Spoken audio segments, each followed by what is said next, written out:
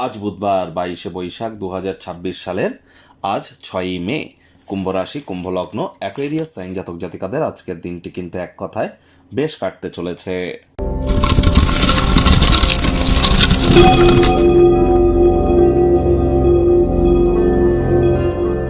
ভিডিওটির শুরুতে স্ক্রিনে আপনারা দেখতে পাচ্ছেন বুধ গ্রহের বীজ মন্ত্র ওম ব্রাং ব্রিং ব্রং সব বুধায় নামা। সকাল দুপুর সন্ধ্যা 3 বেলায় বুধের এই বীজ মন্ত্র আজ আপনারা 108 বার জপ করুন। বুধ মানেই কিন্তু তিনি শুধু গ্রহদের যুবরাজ তাই নন। বুধ মানেই বিদ্যা, বুধ মানেই বুদ্ধি, বুধ মানেই ব্যবসা, বুধ মানেই আমাদের কমিউনিকেশন স্কিল, মানুষকে বোঝানোর ক্ষমতা, বুধ মানেই আমাদের যৌবন। আর এই প্রতিটি ক্ষেত্রেই নিজেদেরকে যদি মহিমান্বিত করতে চান, তাহলে বুধের বীজ মন্ত্রের থেকে বেটার কোনো অপশন কিন্তু আমরা পরিলক্ষিত করি না। এজন্য বুধের বীজমন্ত্র খুব খুব জপ করুন। আজ হিজড়া বা উভয় সম্প্রদায়ের কোনো ব্যক্তিবর্গের সাক্ষাৎ পেলে তাদেরকে কোনো গিফট বা দান করতে যেন ভুলবেন না। একই সাথে সবুজ শাকসবজি খাওয়ার মাত্রা আজ বৃদ্ধি করুন। গণেশজির নাম জপ ধ্যান আরাধনা করুন। কোনো কিছু না পারলে বলুন ওম গাং গণেশায় নমঃ অথবা প্রথম পূজ্য গণেশায় নমঃ। বাড়িতে গণেশ মূর্তি কিন্তু একটির বেশি রাখতে নেই। আর হ্যাঁ, গণেশজির যে মূর্তিটা আপনি রাখবেন বাড়ির ঈশান কোণ, উত্তর পূর্ব কোণে, এবং গণেশজির যে সুঁড় বা ট্রাঙ্ক, যেটি সুঁড়, সেটি গণেশজির অল টাইম লেফট সাইডেই কিন্তু থাকে। বাড়িতে মৃত ব্যক্তির কোনো ছবি রাখতে নেই, রাখলেও সেটিকে ঢেকে বা উল্টে রাখতে হয়। পুরনো দিনের পরিধান করা জামা কাপড়, ঘড়ি, তালা, যেগুলি আর কোনো আপনাদের কাজে আসে না, সেগুলি কি ইদার ঠিক করুন, তা না হলে নদীর জলে ভাসিয়ে দিন।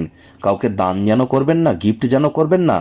পরা জামা কাপড় দান করলে আপনার পজিটিভিটি তার মধ্যে চলে যায়। পরা জামা কাপড়কে কখনো ঘর মোছা পাপোশ বানাবেন না, তাহলে শারীরিক অবস্থানের ক্ষতি হয়।